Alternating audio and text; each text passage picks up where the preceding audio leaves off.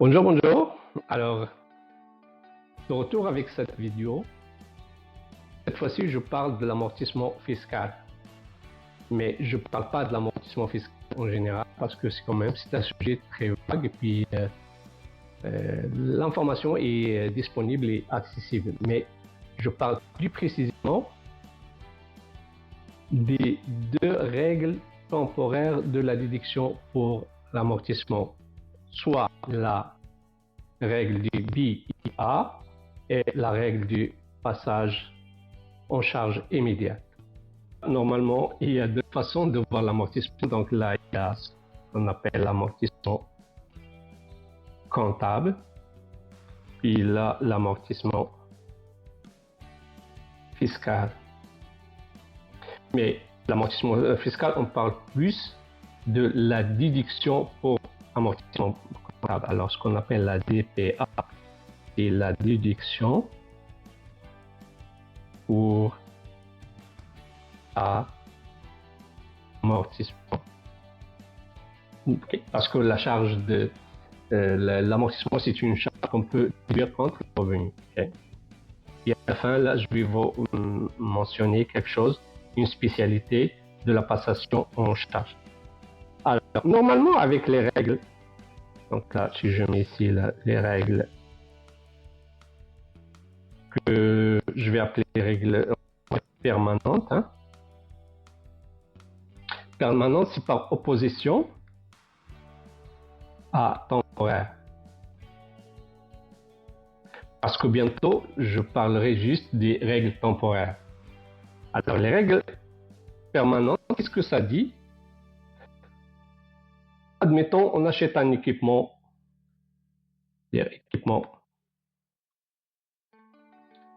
on va dire qui vaut 10 000 $, donc 10 000 $, ok. Supposons que c'est un équipement qui va à la catégorie 8, juste pour fin de l'exemple. Et puis la catégorie 8, le taux d'imposition, c'est à 20%.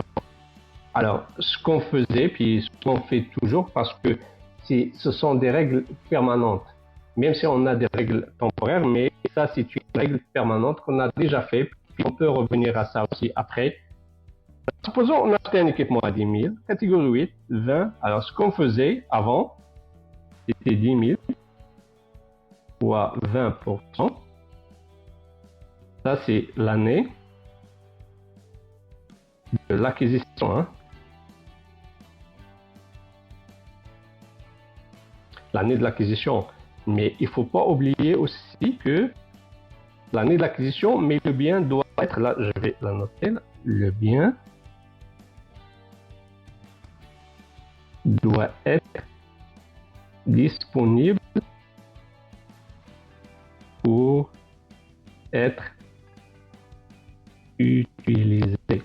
Parce que le bien doit être utilisé. On l'a acquis, oui, mais il doit être utilisé. Donc là, c'est vraiment ces deux conditions pour pouvoir demander l'amortissement fiscal, la DPA.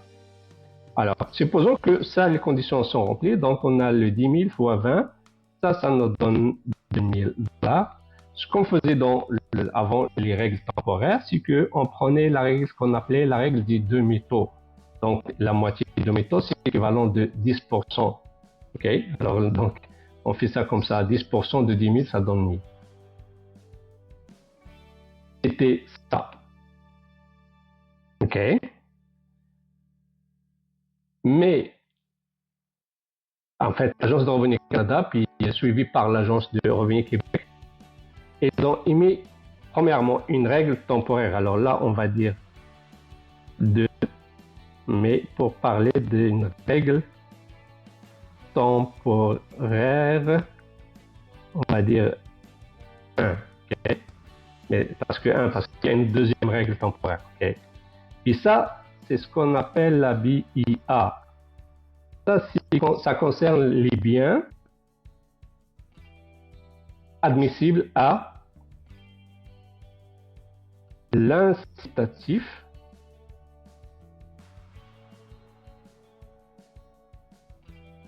à l'investissement accéléré. Donc, on donne un avantage par rapport aux règles qui existent. Hein, okay.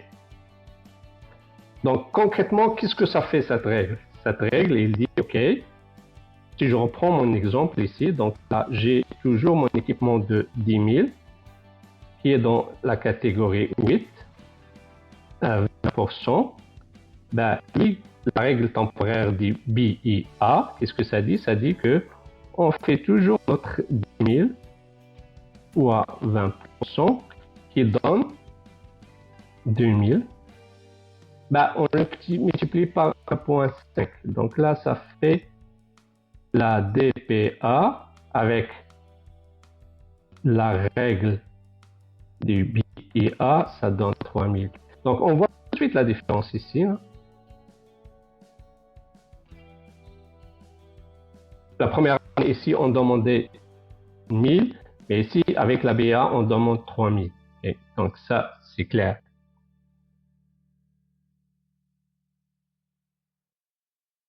Maintenant, en plus de ça, et en parallèle, il existe, là on va appeler 3, mais c'est la règle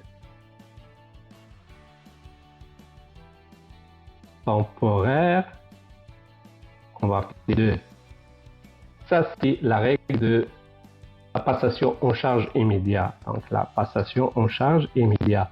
Mais sincèrement, le terme exact, ça s'appelle bien relatif à la passation en charge immédiat déterminée. Donc là, c'est bien passation charge.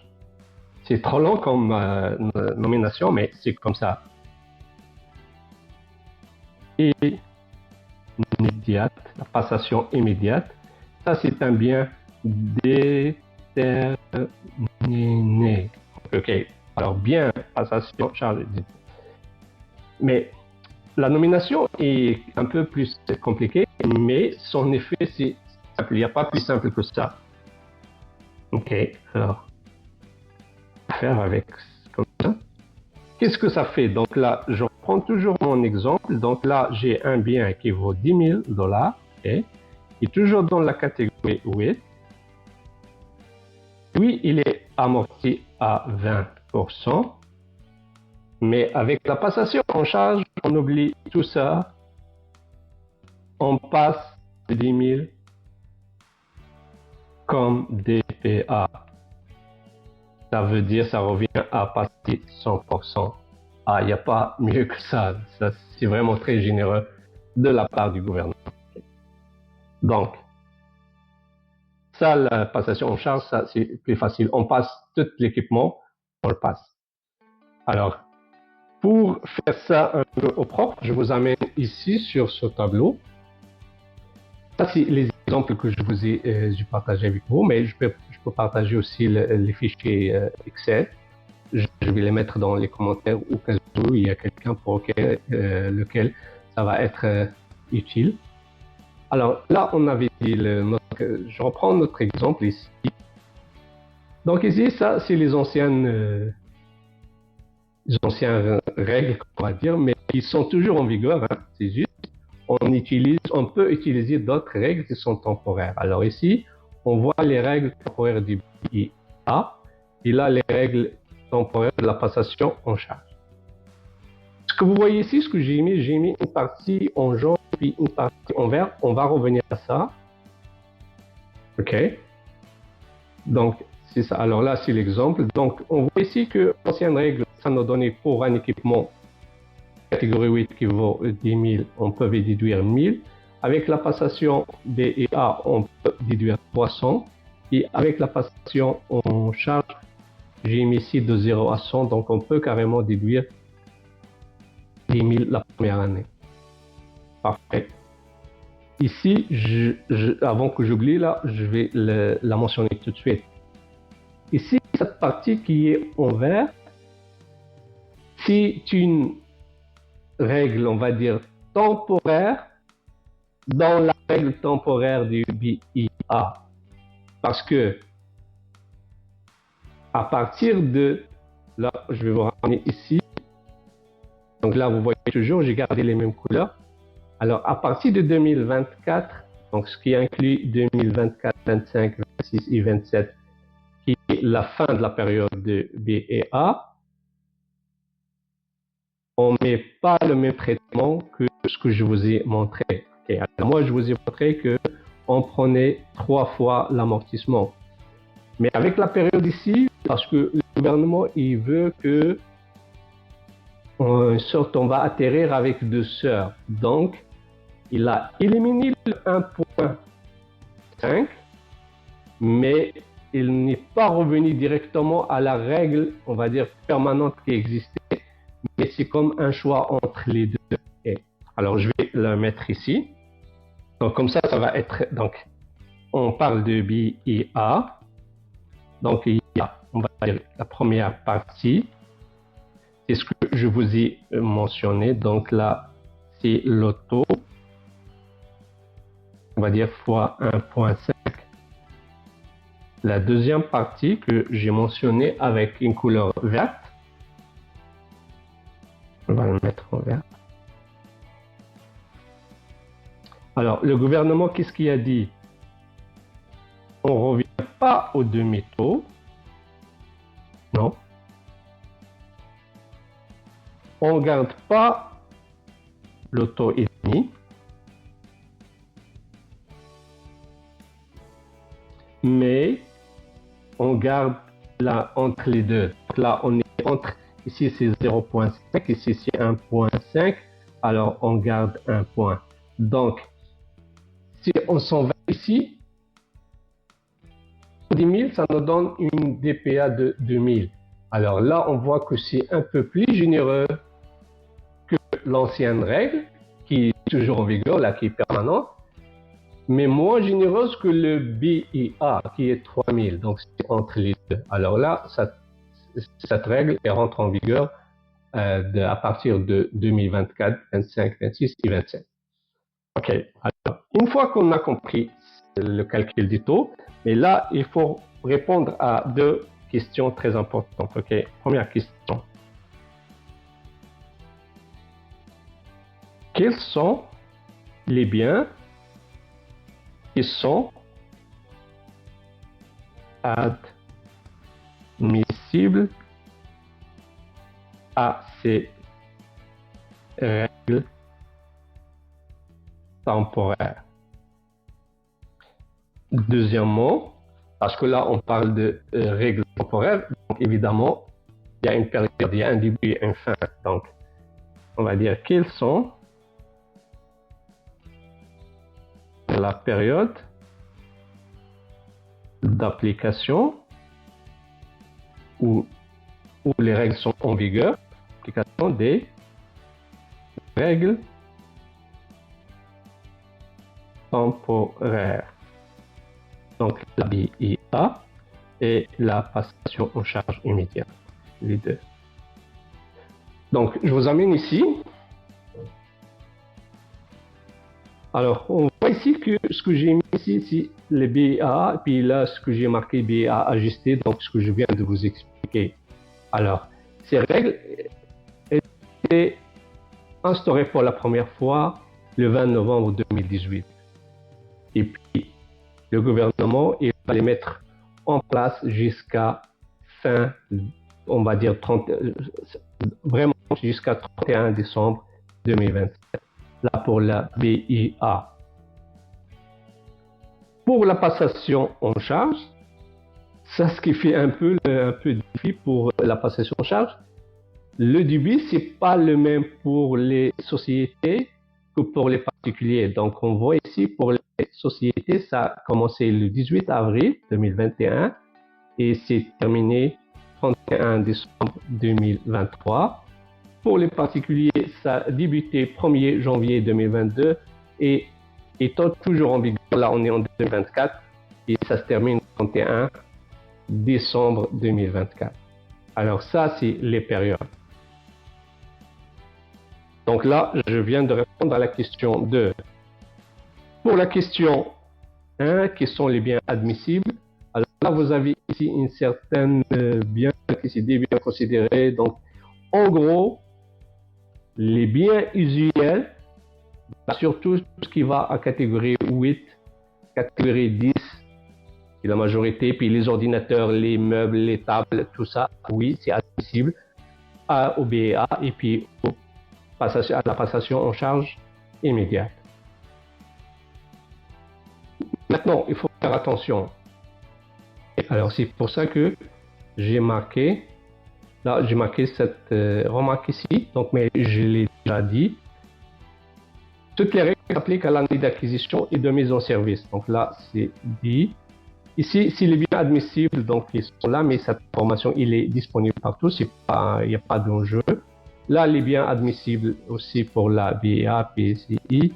Là, il faut se limiter à un investissement de 1,5 million par année pour année d'imposition. Okay, donc là, c'est clair. Maintenant, les critères. Est-ce que tous les biens qu'on achète sont admissibles? Ben, je dirais la majorité, mais là, vous allez le voir ici. Parce que si on achète un bien, donc si tu achètes un bien neuf, ben là, ça va de soi, c'est admissible. OK? Du moment qu'il est dans une catégorie qui est prescrite. Maintenant, le problème se pose quand le bien est usagé. Okay? Alors là, c'est ça que j'ai essayé de mettre. Usagé. Mais c'est facile de remplir une des deux conditions ici qu'on voit. Surtout la deuxième. La deuxième, qu'est-ce que ça dit? Alors, le bien a été acheté, acquis, non pas par roulement, ne doit pas être par roulement, et le vendeur ne doit pas avoir un lien de dépendance. Donc, c'est ça. Alors, on achète à un étranger, quelqu'un qui n'est pas de la famille, quelqu'un avec qui on a une relation. Alors, ça passe. On peut appliquer soit la BA, soit la passation en charge. Dans ce qu'on a dit, le plus généreux, c'est la passation en charge. Donc, grosso modo, c'est ça. Puis là, j'ai les articles. Là, on parle plutôt de règlement d'impôt. C'est parce que c'est le règlement d'impôt qui gère ça. C'est ça. Donc, grosso modo, c'est ça. J'espère que j'ai rien oublié. Au pire, si jamais je me rends compte que j'ai oublié quelque chose, je le mets toujours dans les commentaires en bas de la vidéo. Et puis, j'essaie aussi de me rattraper chaque fois, comme là maintenant, tu es habitué que chaque fois je mets un quiz, ça me permet de faire un petit test juste pour voir, mais c'est un test amusant. Ça me permet de se rattraper parfois, de mettre des informations que j'ai oublié de mettre. Ou sinon, pour les gens qui veulent juste passer un petit quiz juste pour valider leurs connaissances. Alors, si vous êtes rendu jusqu'ici, c'est parce que vous avez trouvé la vidéo intéressante. Je t'invite à aimer la vidéo, donc à peser sur le pouce, à partager la vidéo avec tes connaissances. Ça se peut qu'il y en a des gens pour lesquels ça peut être utile. Et puis, c'est ça. Moi, de ma part, je vous remercie beaucoup d'avoir suivi cette vidéo. Je vous remercie beaucoup pour vos commentaires, soit directement sur le commentaire, soit par courriel. Et puis, je vous donne rendez-vous à une prochaine vidéo. Bye bye.